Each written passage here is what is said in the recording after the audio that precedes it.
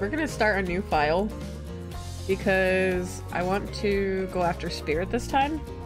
If you can't handle a couple of toes, all you do with more of me. Your foot was slippery! Matter, it's not like I needed your help, it was just a gesture. I'm sorry. You look up at the lighthouse, this ominous dark form hovering above the I'm suddenly sad. I'm sad. I'm sad. I can't.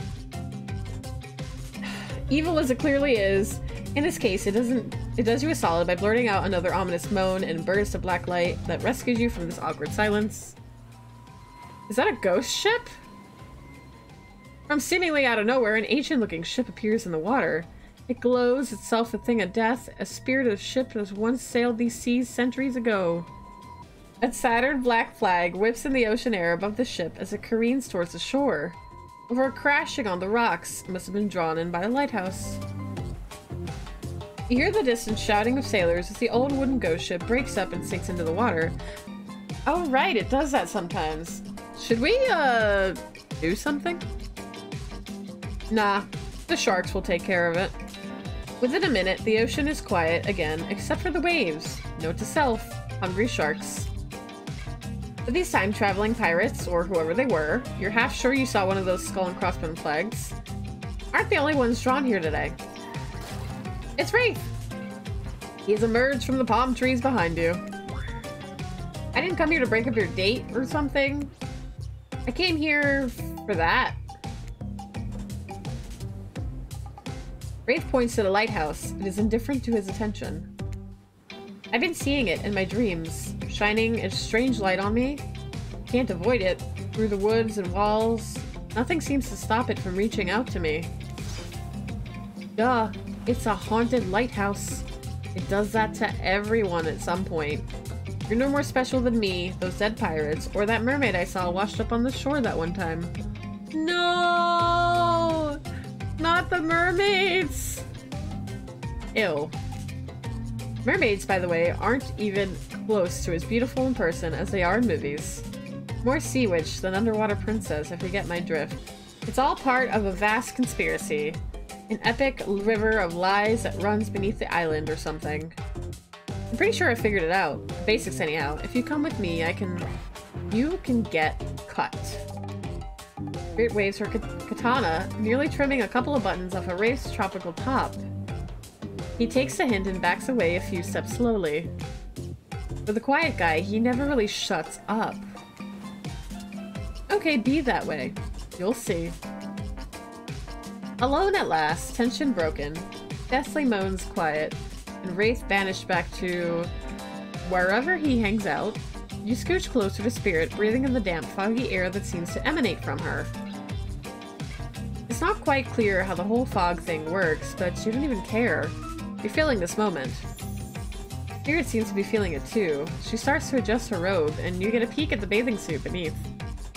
You're getting more than a peek right now. For someone who seems intent on proving how little she cares about what everyone else thinks, she puts a whole lot of work into getting into that suit. Got straps for days. However, you're so focused on what's happening with Spirit, you don't see the next interruption coming. And Claudette and Dwight burst in on you and interrupt whatever you were doing. It doesn't seem like they were worried they'd bump into much. We're here to make a very dramatic announcement. Well, technically, we're here to invite you to join us back at the beach, where we'll be making a very dramatic announcement. It's hard being the producers and the hosts. Aren't survivors supposed to work in groups of 4? Well, you fed one yesterday. When you arrive at the beach, you realize you were set up. Despite promising an announcement, Dwight and Claudette simply stand quiet. This isn't at all what was promised. Wait a minute, there's no announcement here. But there is! A me! You got mud in your ears, friend? I told you to get lost. Don't you see? Lost is what I am, and so are you. But I know the way out. I've got a map back in my secret lair. Literally. And figuratively. Yeah, I know the difference. That's why you should ditch Spirit and come spend the rest of the night with me instead. You've got a secret lair? Damn it. Who said anything about a secret lair? I said I've got, sap. Sap in my secret hair? There's a flap on my secret chair? I don't know why you would even care. Don't change the subject. Okay? Don't ask me what he's talking about. You're trying to make a mess of the first nice day I've had in I don't know how long, because it's not even clear what year it is, but in a while? I'm not about to be ditched for the likes of you.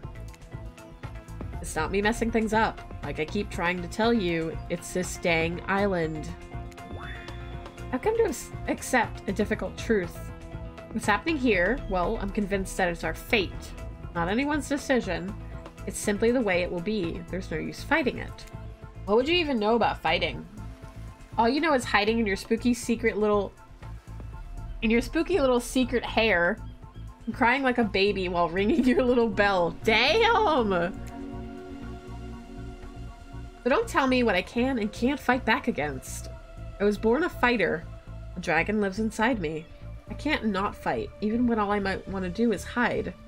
Don't you see this giant hat? It's a metaphor.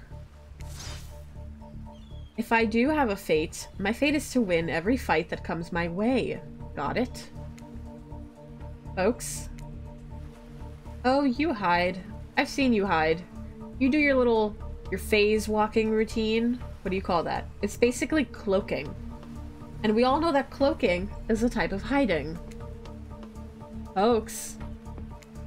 You cloak. I don't cloak. I'm not a cloaker. I phase walk out in the open. You just can't see me. You have no idea what they're talking about, but this sure sounds like some video game community forum thread. If there ever was such a thing. Not that you know about that either.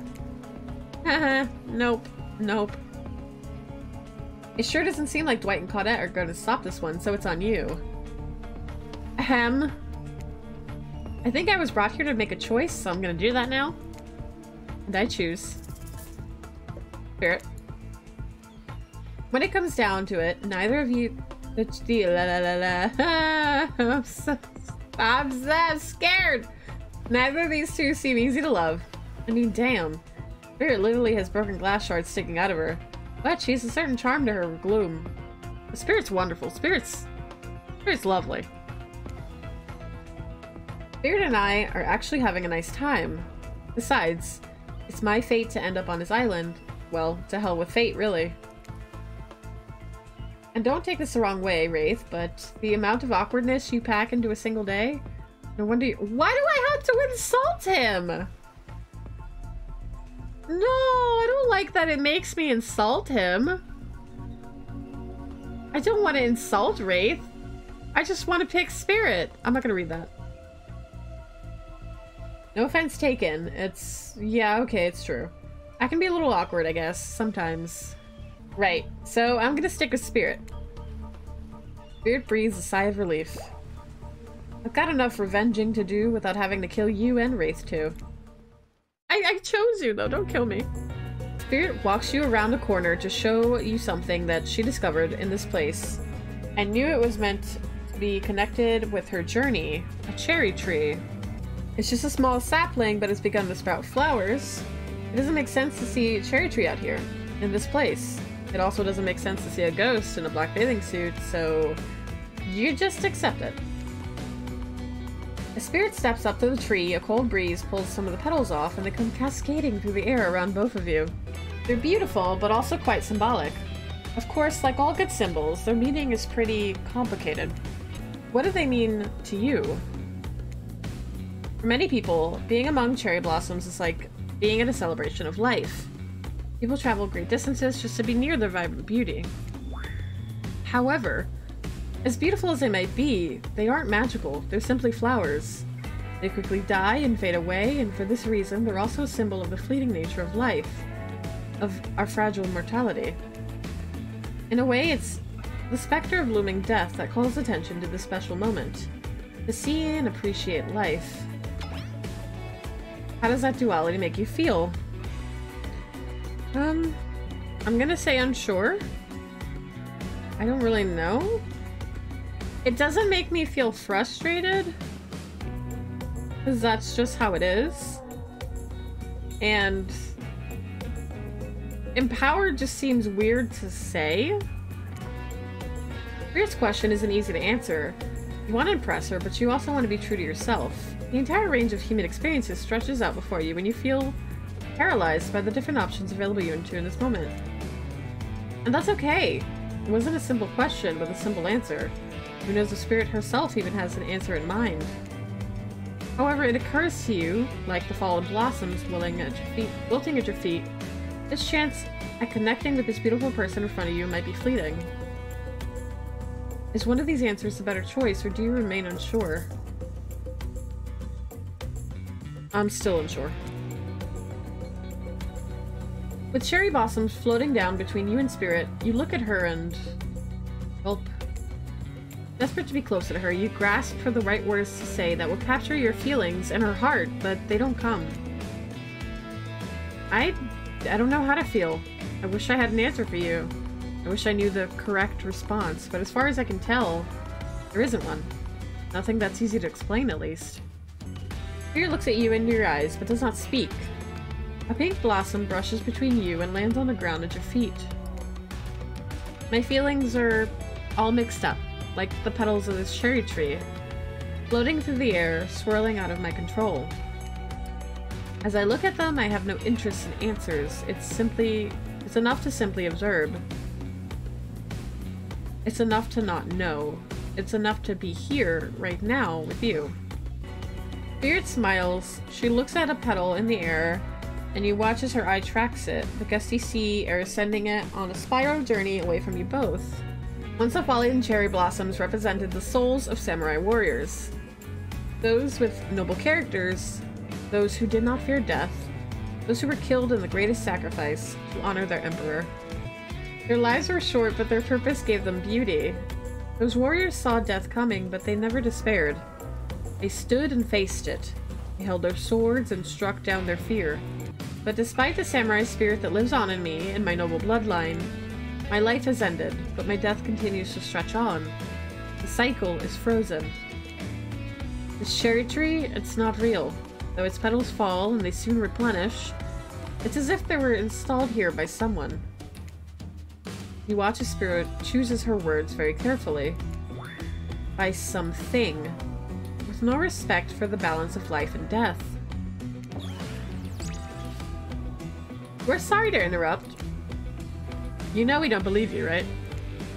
Yep. But this time we've got a really good reason. And it has nothing to do with us being manipulated by an unseen force. Because that's definitely not happening. Nobody accused you of that, but okay. We're just here to tell you that it's time for dinner, silly. Get it while it's hot. I guess it's time to go or whatever. Thanks for spending some time with me today. I enjoyed it. Me too. At least we got to touch her toesies. What a fun day you've been having. I can see it written all over your face. You're shining. And that's not just the remaining anxious sweat from spending an afternoon courting a psycho killer. No, you're really feeling this whole romantic experience. Don't worry, I'll keep your dirty little secrets. But enough gentle ribbing. It's time to get back to business. All the, appetizing singles have arrived for dinner, including Trickster. Wraith is here too. We're not going to do the gag where we cram them all on a scream on the same time again, so you believe me? They're all here, and they're just sexy and demented as you remember them. With your love on the line, everyone is being very careful not to offend you by saying the wrong thing. Congrats, by the way, on getting this far. I'm as surprised as you are that these four are falling for you. No, not because of your personality, but because you met them yesterday. However, since Trapper seems like the biggest long shot to end up holding onto your hearts, he throws caution to the wind and speaks up. It's a pretty small consolation prize for being being the least loved killer on the murderous island. But hey, letting them have this moment in the spotlight is the least we can do, and heaven knows we won't do any better than that. If I'm dining solo, I'm eating what I want, and you're all eating it too. Lamb shank. Rare. Salt, pepper, no sauces allowed. It's served with a single piece of broccoli so Wraith won't complain. Oh, I don't like that. Buddy, wait till you smell what rare lamb does to my bowels. It's awesome. Ew! Dinner will be served shortly, but certain power brokers would like to know about your day. Would you like to share your day with the rest of the group? Trapper's just something. You've had an interesting day, that's for sure, but how will you describe it to the others? Say too much or too little and it could affect your standing with the group. Okay, but don't just sit there and say nothing. Nothing is not an option. I don't think Spirit wants me telling stuff, so we're gonna be coy. It wasn't really a day, more like two people avoiding everyone else and choosing to be alone, but doing it in relatively close proximity to each other. Hey, see, I know her. That's exactly right. Would have not said any better words of any value better myself. Spirit is clearly happy with the way you portrayed your date. No surprise, she doesn't like people getting into her business. Yeah, I kind of figured. Dwight and Claudette bring out dinner. Everyone eats in silence. No one trusts anyone now, and they're all very tired. Oh wait, no, sorry. That's a dreary supernatural horror thriller set in Antarctica. Not a charming parody dating sim set in an undisclosed location. Bony appetite. Don't you mean bon? No, almost everything we serve has lots of bones in it. Even the vegetables? How? Impossible to avoid on this island.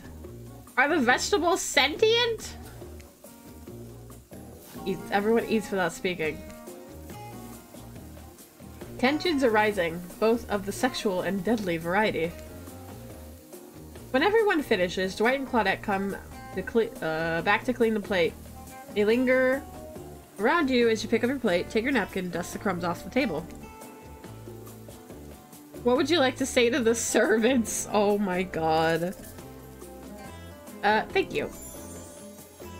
Your top-notch service is much appreciated. In fact, here. For us? For just doing our jobs? Thank you kindly. Everyone, if you would please be so kind as to follow us to the fire pit, we'd greatly appreciate it. Blah. We've been told something big is gonna happen. Something that will change everything. You can go willingly or you can go unwillingly. You have no choice. Tough cookies. Did you have a choice on how you said that tweet? Yes, and I immediately regret how I did. Good. Something needs to change around here. Fire is rebirth. This is true. Why, islands are formed after, like, volcanoes and shit, and things regrow after fires. Fire illuminates the soul. I hope the fire isn't too smoky. Smoke hurts my eyes. I have pretty sensitive eyes. I'm also horribly afraid of it. The fire, I mean, not my eyes, because of childhood trauma involving fire. And finally, everyone starts moving towards the fire pit, if only to get away from Wraith's complaining. Oh, Wraith.